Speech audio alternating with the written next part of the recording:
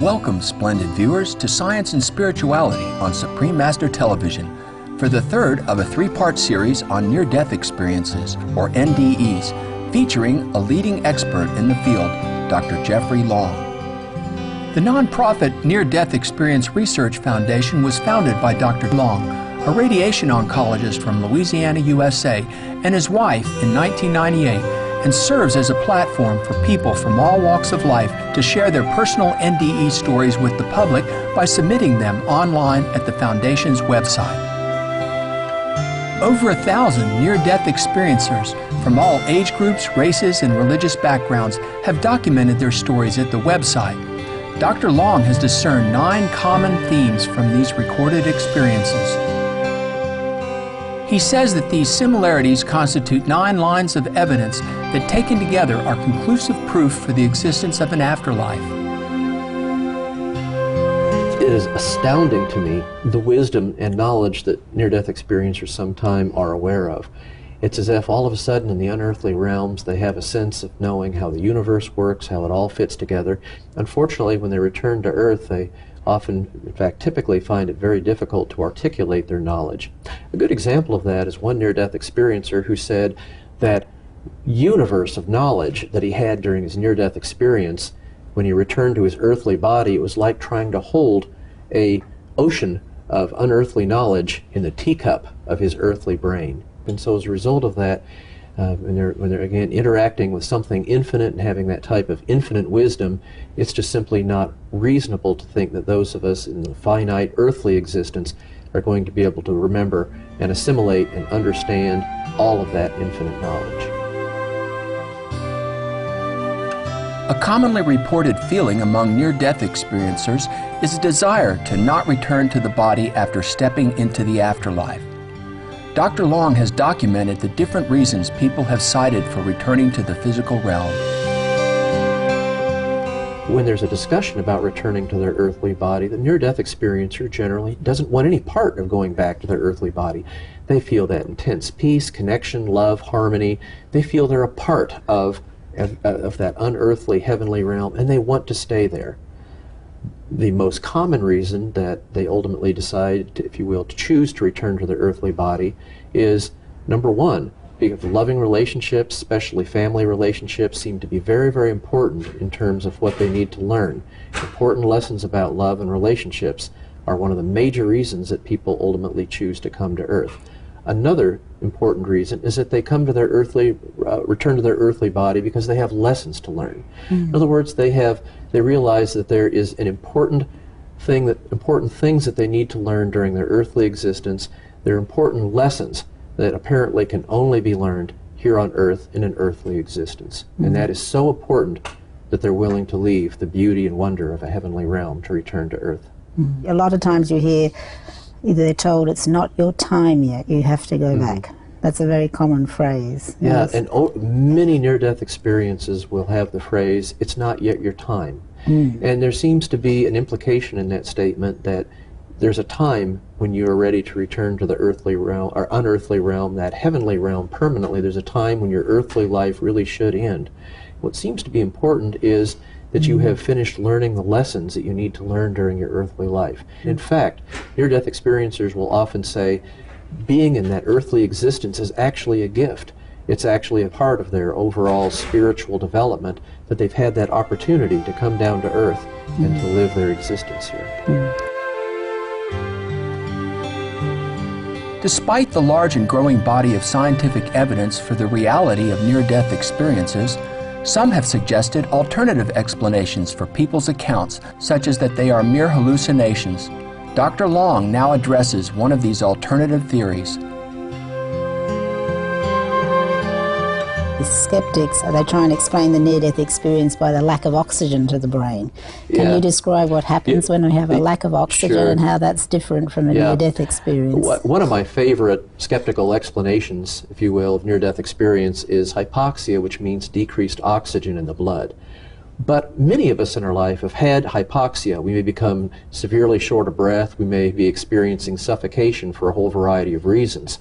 Well, when you're hypoxic, as has been very scientifically studied and determined, you slowly have decreased consciousness. And the more hypoxic you get, the more toward unconsciousness you become.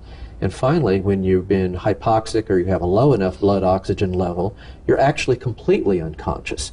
Hypoxia and its associated progression toward complete unconsciousness is actually a very strong explanation for the inexplicability of near-death experiences, in the sense that they're occurring in the face of a life-threatening event, often with severe hypoxia, at a time there should be associated unconsciousness. And yet the near-death experience, they're not unconscious. They're having these highly lucid, vivid, ordered experiences. We'll have more from our interview with the knowledgeable Dr. Long in just a few moments. Please stay tuned to Supreme Master Television.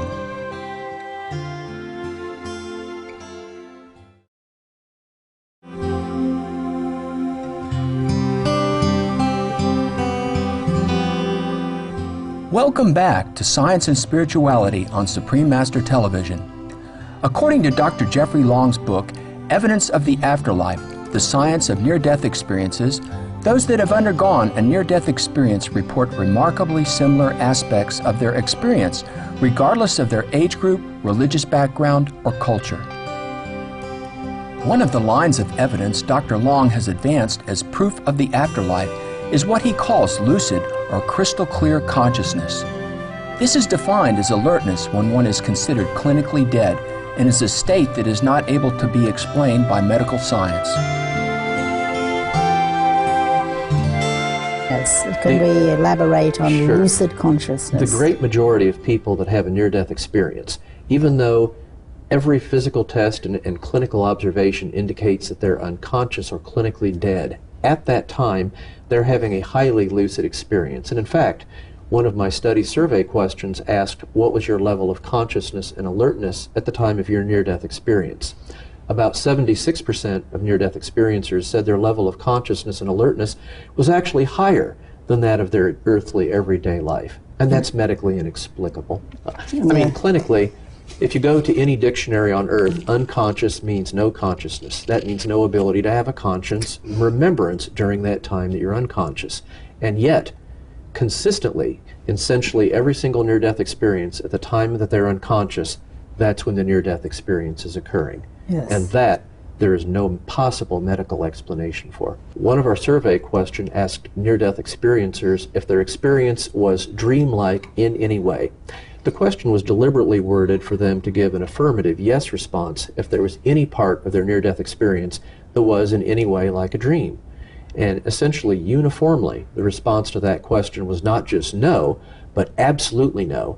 Near-death experiencers responded over and over and over that there was absolutely no connection between the experience of dreams, which they knew full well, because people typically have dreams, and their near-death experience.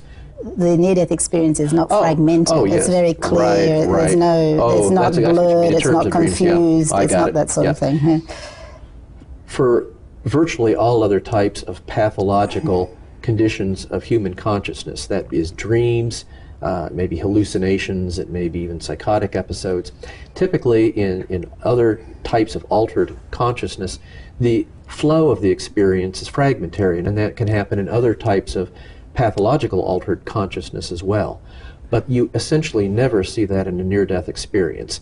The experience elements don't skip around. They're very logical in their order in which they occur, and very flowing with no skipping around. There's continuity from a natural progression from one element to the other, typically seen in near-death experiences. Near-death experiences have nothing to do with dreams whatsoever. Another factor that was considered is that since 1975, more and more people have become aware of near-death experiences because there's been books published and because of TV shows. One of the studies I did was to compare near-death experiences shared before 1975. Now that's an important year because that was the year that the book Life After Life by Dr. Raymond Moody was published, and that was the first book that described near-death experience. Before 1975, we knew essentially nothing about near-death experience, and in fact the term wasn't even invented.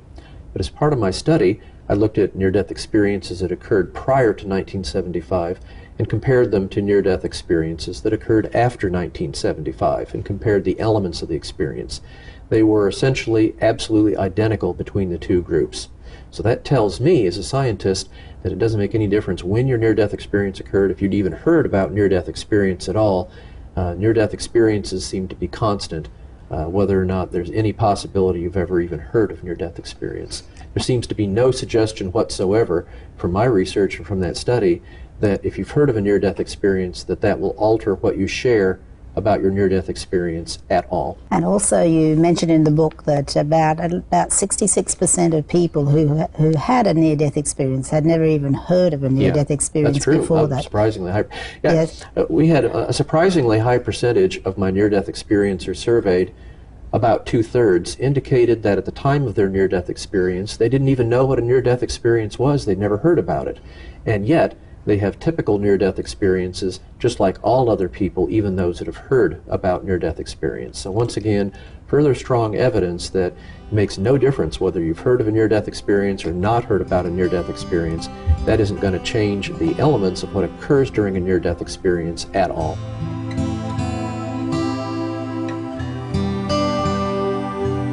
Dr. Jeffrey Long is not only convinced that there is an afterlife, he is also sure that death is a transition to another wonderful new beginning. He shares with everyone a beautiful message. My absolute understanding that there is an afterlife for all of us, and a wonderful afterlife. And the bottom line is what's on the other side is home.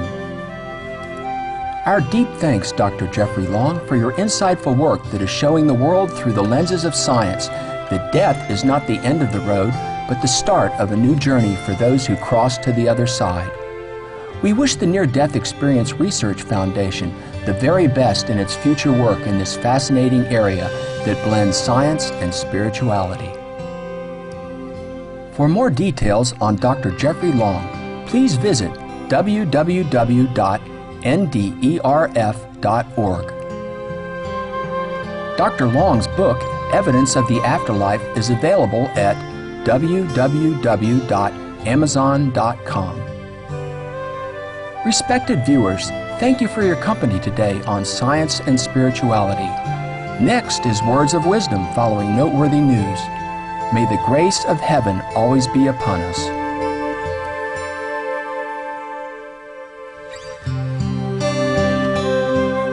For more details, please visit www.suprememastertv.com/SS